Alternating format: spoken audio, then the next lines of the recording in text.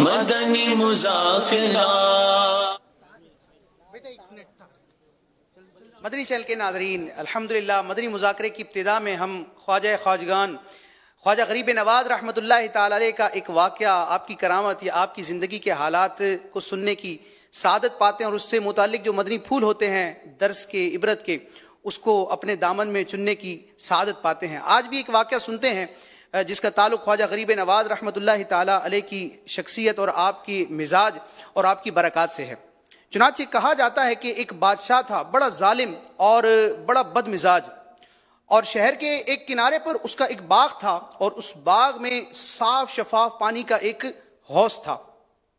وہاں سے اللہ کے ایک نیک بندے کا گزر ہوا، تو وہ نیک بندے جو تھے وہ اس باغ میں تشریف لے گئے، اور وہاں جو حوض تھا اس کے پانی سے آپ نے غسل فرمایا، نماز ادا فرمائی، اور نماز ادا فرمانے کے بعد وہیں پر بیٹھ کر آپ تلاوت قرآن مجید میں مصروف ہو گئے۔ اتنے میں ایک شور اٹھا کہ بادشاہ آ گیا، بادشاہ آ گیا، لیکن وہ جو بزرگ تھے وہ رب تبارک و تعالیٰ کی یاد میں اسی طرح مشغول تھے، مصروف تھے۔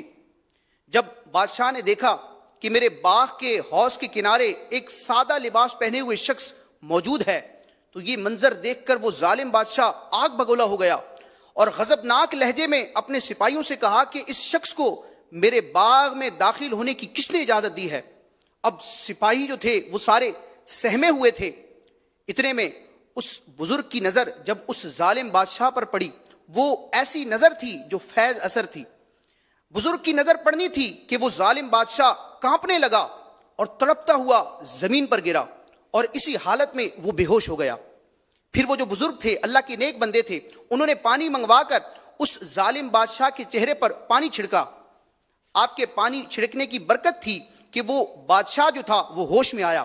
ہوش میں آتے ہی اس نے ندامت کا اظہار کیا، بڑی عاجزی کے ساتھ اپنی اس کوتاہی پر اس نے توبہ کی، رجوع کیا، اور اس کے جتنے بھی خادمین تھے ان تمام خادمین کے ساتھ مل کر وہ جو بادشاہ تھا وہ اس نیک بندے، اس بزرگ کے ہاتھ پر تائب ہو گیا اور ان کے غلاموں میں شامل ہو گیا۔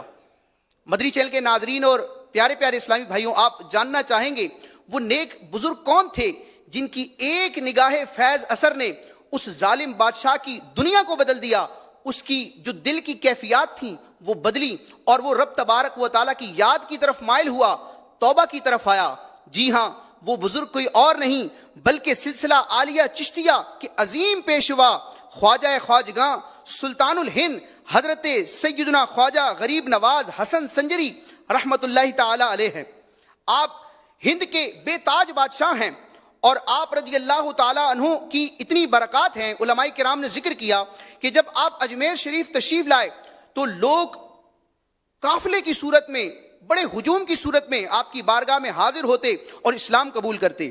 اور ایک قول کے مطابق جب خواجہ غریب نواز رحمت اللہ تعالیٰ علیہ دہلی سے اجمیر شریف کی طرف روانہ ہوئے تو تقریباً 90 لاکھ افراد نے آپ کے دستے حق پرست پر اسلام کو قبول کیا۔ مدنی چینل کے ناظرین، یہ اللہ والوں کی برکات ہوتی ہیں کہ جہاں جاتے ہیں وہاں پر نیکی کی دعوت دیتے ہیں، اسلام کی دعوت دیتے ہیں۔ اس واقعے سے ہمیں بہت سارے مدنی پھول ملتے ہیں، لیکن دو نکات آپ کے سامنے میں ذکر کروں گا۔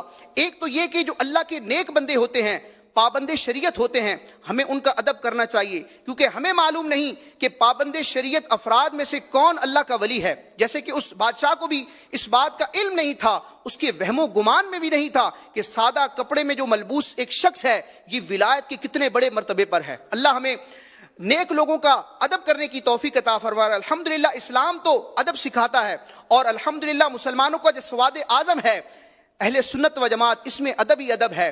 اللہ اور رسول نے جس شخص کو، جس ذات کو، جس وقت کو، جس جگہ کو، جس شے کو، بلکہ جس ذرے کو بھی عزت بخشی ہے، تو بندہ مومن اور عاشق رسول کا یہ کام ہونا چاہیے کہ وہ اس کا ادب کرے۔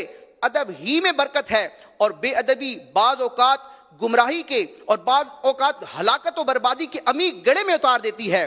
اپنی گفتگو کا اختتام آفتاب قادریت، مہتاب رضویت، مرشدی و سندی امیر اہل سنت زید لطفہ کے اس شعر پر کروں گا کہ محفوظ صدا رکھنا شہا بے ادبوں سے، محفوظ صدا رکھنا شہا بے ادبوں سے، اور مجھ سے بھی سرزد نہ کبھی بے ادبی ہو۔